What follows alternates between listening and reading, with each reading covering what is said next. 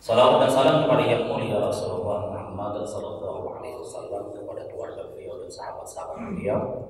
Semoga Allah berikan kebaikan kepada mereka dan semoga kita tetap mencintai beliau sampai akhir hayat kita. Amin. Ma'asyiral muslimin wal muslimin rahimakumullah. Hari ini kita akan membahas tentang firman Allah Subhanahu wa taala dalam Quran surah Fatir ayat yang ke-32.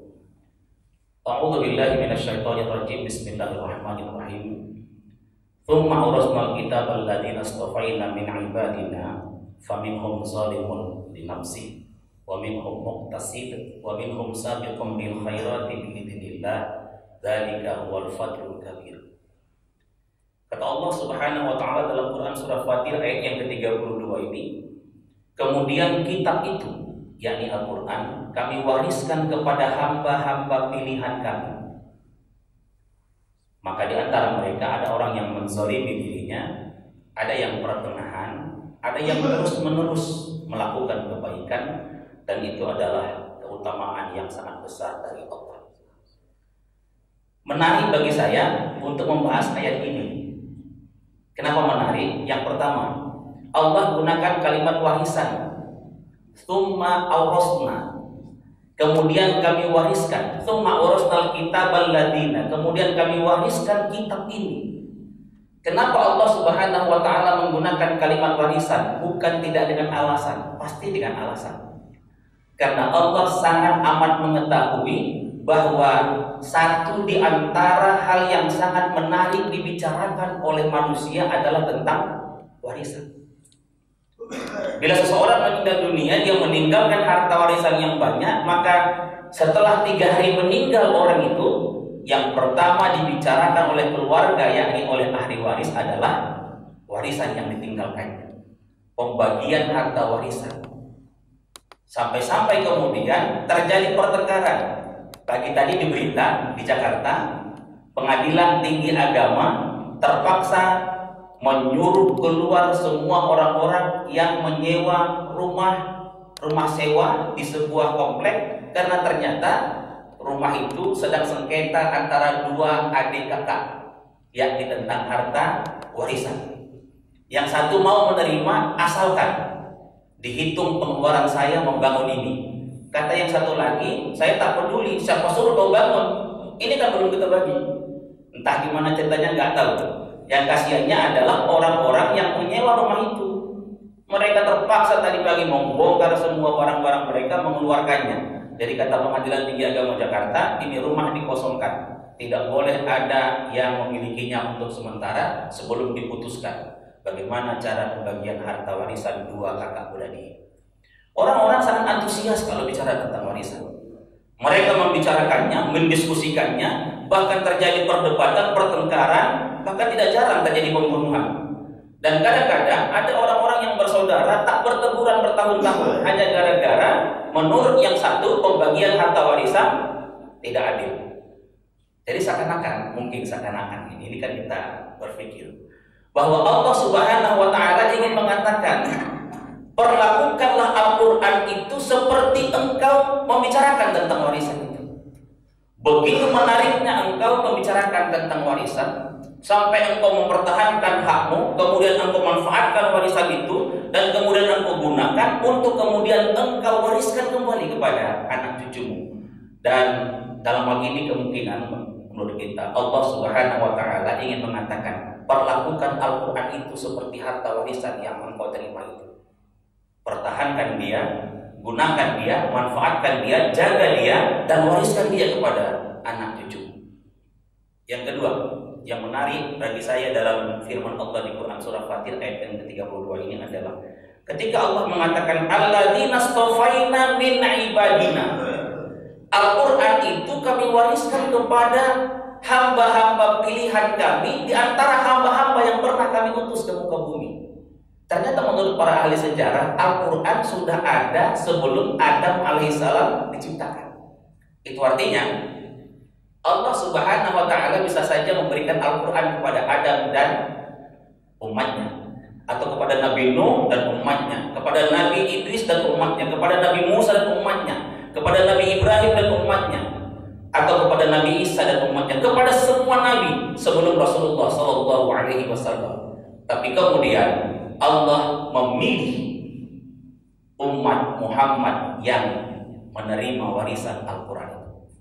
Bahwa dalam kalimat ini Allah ingin mengatakan, wahai umat Muhammad, engkau adalah orang yang kami pilih untuk menerima itu di antara orang-orang yang pernah kami utus ke muka bumi ini. Bayangkan sejak Nabi Adam alaihissalam sampai Nabi Isa alaihissalam ada 24 nabi dan rasul. Lalu kemudian sekian ratus juta umat yang sudah diutus Allah ke muka bumi, tapi Allah putuskan Al-Quran diberikan kepada Muhammad Sallallahu Alaihi Wasallam dan tentunya kepada umatnya. Allah ingin kita menyadarkan diri kita bahwa kita adalah umat pilihan, dan umat pilihan haruslah menjadi umat yang terbaik. Itu idealnya. Tapi kemudian Allah melanjutkan firman-Nya, faminhum zalimun li nafsi. Maka di antara umat pilihan ini ada orang yang menzalimi dirinya. Wa minhum muqtasid, dan sebagiannya ada yang pertengahan. Wa minhum sabiqun bil khairati bi idznillah, dan ada orang yang sebagian lagi terus menerus melakukan kebaikan dengan izin Allah Subhanahu wa taala. Allah ingin menunjukkan kepada kita, sekalipun kalian umat pilihan, ternyata kalian terbagi kepada 3 kelompok. Kelompok yang pertama adalah orang yang menzalimi dirinya. Siapa orang yang menzalimi dirinya? Adalah orang yang setelah diturunkan kepadanya Al-Quran, dia tidak menjadikan Al-Quran sebagai bacaan favoritnya. Dia tinggalkan Al-Qurannya. Dia tidak suka membaca Al-Quran. Kalau disuruh baca Quran, pening kepalanya. Dan kemudian dia tidak menambah-nambah hafalan bacaannya, sehingga kemudian setiap kali sholat yang ia gunakan adalah ayat-ayat dari kelompok keluarga Qul. Qul a'udzu birabbil falaq, Qul a'udzu birabbin nas, Qul a'udzu birabbil huwallahu ahad, Qul ya ayyuhal kafirun. Hanya 4 ayat itu aja lah yang dipakainya. Sekali-sekali dia pakai inna a'tainakal kautsar wal asri. Semakin pendek. Idza ja'a nasrullah, semakin pendek. Ma'asyiral muslimin wa zumratus sholihin rahimakumullah. Yang kedua, orang yang pertengahan. Kita masih memahami tentang pembagian kelompok orang-orang pilihan dalam hal membaca Al-Quran. Yang pertama tadi adalah orang yang tak suka membaca Al-Quran. Yang kedua adalah orang yang pertengahan. Siapa mereka ini? Mereka ini adalah orang-orang yang membaca Al-Quran saat-saat tertentu saja. Ketika misalnya dia punya masalah, dia baru kembali kepada Al-Quran. Ketika misalnya malam Jumat Kliwon, dia baru pulang dari kantor, lewat agak-agak gelap dikit, ada hujan rintik-rintik, terdengar suara kersak-kersak, baru dia baca Quran. Allahu la ilaha illallah hayyul qayyum la ta'khudhuhu sinatun wa nawm. Baru dia baca.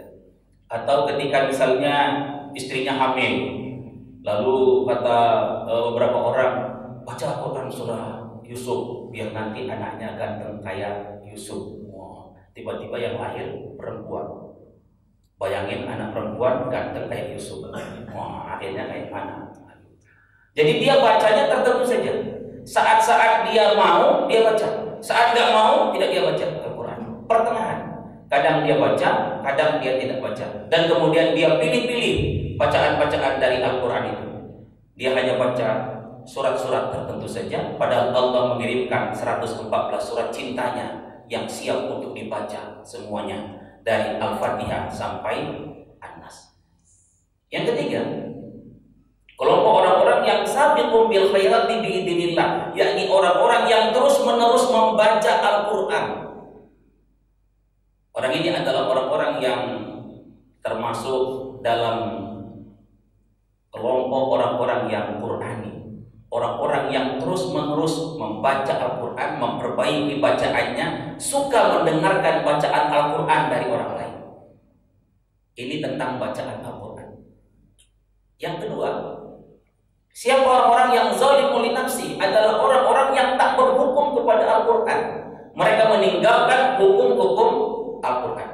Mereka tak mau memakai hukum-hukum Al-Quran karena kata mereka itu hukum-hukum yang pantas dilakukan di zamannya ketika Al-Quran diturunkan, yakni di zamannya Rasulullah Sallallahu Alaihi Wasallam. Ada kelompok yang kedua, ini kelompok yang sedikit berbahaya, yakni kelompok yang memilih apabila hukum itu menguntungkan bagi dia pakai. Tapi kalau kemudian tak menguntungkan, dia tinggalkan. Ketika Al-Quran mengatakan bahwa menikahlah kamu dengan perempuan masna wa sulasa wa rubah, dia ikut. Kenapa Bapak nikah sampai 3-4 orang? Al-Quran membolehkan. Lalu kemudian ketika Al-Quran mengatakan bahwa pencuri laki-laki dan perempuan, as-sariqatu was-sariqatu faqtu aydiyahuma, para koruptor laki-laki dan perempuan, potong tangannya. Ketika diajukan kepadanya, dia tidak mau, dia menolaknya. Dia hanya menerima hukum boleh nikah 4 kali, tapi dia menolak hukum potong tangan bagi pencuri.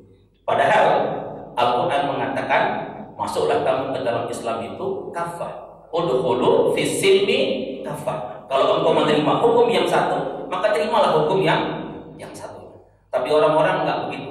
Sama dengan ketika melihat Rasulullah Shallallahu Alaihi Wasallam, ketika kepada anak-anak muda dikatakan, kamu kenapa rambutnya gondrong? Ustaz, kata Ustaz kami, Rasulullah itu rambutnya gondrong. Iya, tapi Rasulullah itu rambutnya gondrong, nggak pernah merokok, nggak pernah narkoba, rajin sholat, rajin qiyamul lail. Kamu kenapa tidak? Oh, wajar lah Ustaz, dia kan Rasul.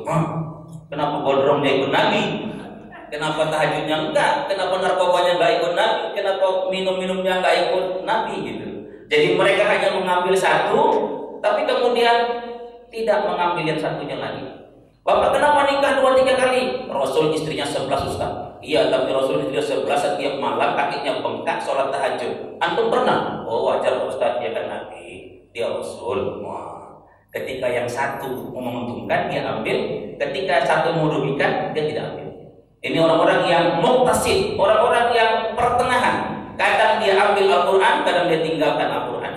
Dan yang terakhir adalah kelompok orang yang sabiqum bil khairati biidznillah. Siapa mereka? Orang-orang yang terus-menerus meyakini bahwa hukum yang paling benar adalah hukum Al-Quran. Sehingga mereka terus-menerus akan berjihad, terus-menerus akan memperjuangkan hukum Al-Quran harus ditegakkan.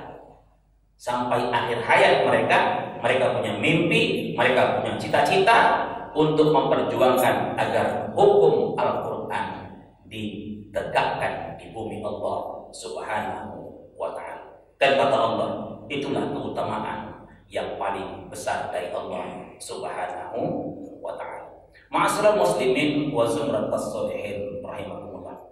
Kita tinggalkan sedikit masalah ini, tapi kita kembali kepada umat pilihan.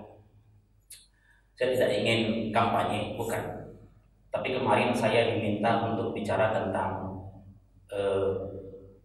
golput. Kemarin ada meminta saya bicara, Ustaz juga bicara dulu tentang golput. Saya bilang, menurut saya golput nggak ada. Yang ada itu golhid. Kalau golput kan golongan putih, kalau golhid adalah golongan hitam. Mengapa muncul golongan putih dalam pemilihan? Ini sehubungan kemarin mau pilkada kita, saya diminta bicarakan sedikit tentang apa itu golput. Kenapa orang sekarang nggak suka memilih pemimpinnya? Karena mereka sudah pesimis saja. Termasuk dengan ini, kalau Ustaz kita pilih pun orang itu Ustaz, kadang-kadang udah dipilih dizoliminya lah Ustaz. Pedagang-pedagang itu, oh iya Ustaz, datang dia sama kami Ustaz, pas mau pilih, habis dipilih Ustaz, menang dia Ustaz, kami pun gerasa khusus mau Ustaz, pajak kami pun dihebohkan dia, kami pun digusur, nah gitu kira-kira gitu. Ada orang-orang yang kayak gitu. Kenapa? Karena mereka sudah dipilih, gak ngerti dia Ustaz kalau kita yang pilih, dia menzolimi kita. Ada yang lain mengatakan begini, alah sama aja Ustaz, dia kan datang sama kita karena ada maunya. Nah ini dia, ya kan? Kadang-kadang kan karena ada maunya baru dia datang sama kita. Mau selama ini kami taklim Ustaz, gak pernah datang orang ini Ustaz, tapi begitu sekarang mau pemilihan mereka datang Ustaz. Saya bilang jangan berkata demikian. Harusnya kita mengatakan alhamdulillah karena mau ada pilkada kita jumpa sama orang ini. Nah kan gitu seharusnya gitu. Yang lainnya kenapa nggak mau memilih adalah karena mereka sudah pesimis saja. Alah, siapapun yang jadi kita kayak gini juga.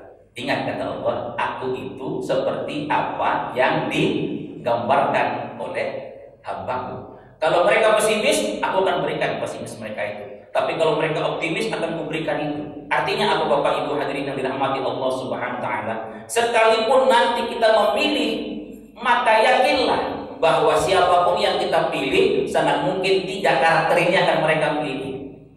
Yang pertama, begitu kita pilih mereka, mereka menzolimi kita. Yang kedua, begitu kita pilih mereka, kadang-kadang disapanya kita, tapi kadang-kadang dilemparnya kita.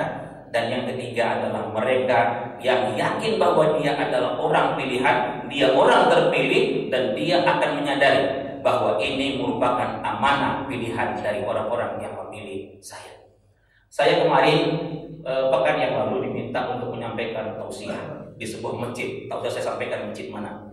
Ditelepon, Ustaz, apa bisa nanti menghadiri pembukaan diri kami, Ustaz? Saya bilang udah berani rumahnya. Ini kan sekarang lagi corona. Katanya udah Ustaz, nanti kalau ada polisi pun kami akan bawa mereka Ustaz ke kafe yang ada dekat masjid itu Ustaz. Kita hitung aja berapa banyaknya orang yang ikut wirid sama orang yang ada di kafe-kafe itu. Oke, saya bilang. Tapi ini Ustaz, ada permintaan saya. Apa itu? Saya bilang. Gini Ustaz, ini masalah pengurus PKM Ustaz. Nah, kenapa? Saya bilang. Dia bilang begini, Ustaz, ini ketua PKM yang sekarang ini Ustaz, ini dulu yang ngajak dia menjadi pengurus PKM saya. Terus, lalu kemudian saya masuk di pengurusan STD, pengurus PKM. Nah, ketika pemilihan kemarin Ustaz, terpilihlah dia menjadi ketua PKM. Begitu dia terpilih jadi ketua PKM, aku tak jadi pengurus PKM lagi Ustaz, dia bilang. Tak dipakainya saya Ustaz. Jadi maksudnya apa? Ustaz sindir kalau sikit katanya. Astagfirullahaladzim.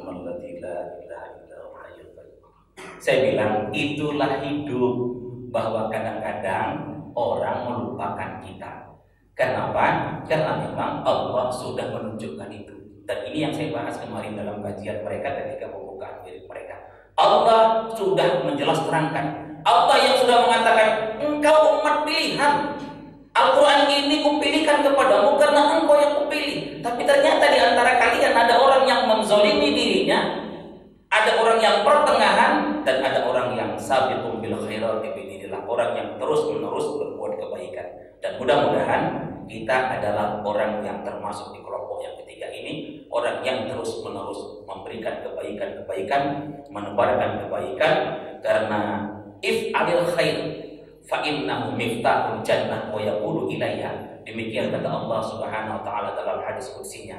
Teruslah melakukan kebaikan, karena kebaikan-kebaikan itu adalah satu di antara pintu-pintu surga, dan dia yang akan mendorongmu untuk masuk ke dalam surga itu. Fa'tabiru ya ulil albab, mari sama-sama kita fastabiqul khairat, melakukan kebaikan karena Allah Maha Baik, dan Ia akan membalas kebaikan sekecil apapun itu, karena kata Allah, hal jazaul ihsan illal ihsan. Tak ada satu kebaikan yang tidak dibalas kecuali dengan kebaikan. Siapapun kita, apapun jabatan kita, bagaimanapun keadaan kita, maka teruslah melakukan kebaikan. Semoga Allah memberikan kebaikan kepada kita, dan mudah-mudahan kita selalu menjadi orang-orang yang baik. A'udzubillahi minasyaitonir rajim. Bismillahirrahmanirrahim. Alhamdulillahirabbil alamin, wassalatu wassalamu ala asyrafil anbiya'i wal mursalin wa ala alihi wa ashabihi ajma'in. Allahumma shalli ala sayyidina Muhammadin sallallahu alaihi wa ala ashabihi ridha. Allahumma ighfir lana dzunubana wa liwalidayna warhamhuma kama rabbayana shaghira, wa li jami'il muslimina wal muslimat wal mu'minina wal mu'minat al-ahya'i minhum wal amwat bi rahmatika ya arhamar rahimin. Ya Rahman narju rahmataka, ya Rahim irhamna, ya Quddus qaddis fikratana, ya Salam sallimna min afatid dunya wa adabil akhirah, ya Mu'minu aminna wa amin ahlana wa dinina wa ladana, ya Alimu alimna ma la na'lam bi rahmatika ya arhamar rahimin. Allahumma ja'al jam'ana hadha jam'an marhuma wa tafarruqana min ba'di tafarruqan ma'suma wa hadina ila siratil mustaqima wa adkhilna al-jannata an-na'ima bi rahmatika ya arhamar rahimin. Wa khususan li abina Muzakir. Allahumma sahih jasadahu wa afiyatahu wa salamah wa anil khairu qarribhu an istaniha minhu bi rahmatika ya arhamar rahimin. Rabbana atina fid dunya hasanah wa fil akhirati hasanah wa qina adzabannar. Wa sallallahu wa sallama alaihi walhamdulillahi rabbil alamin. Assalamualaikum warahmatullahi wabarakatuh.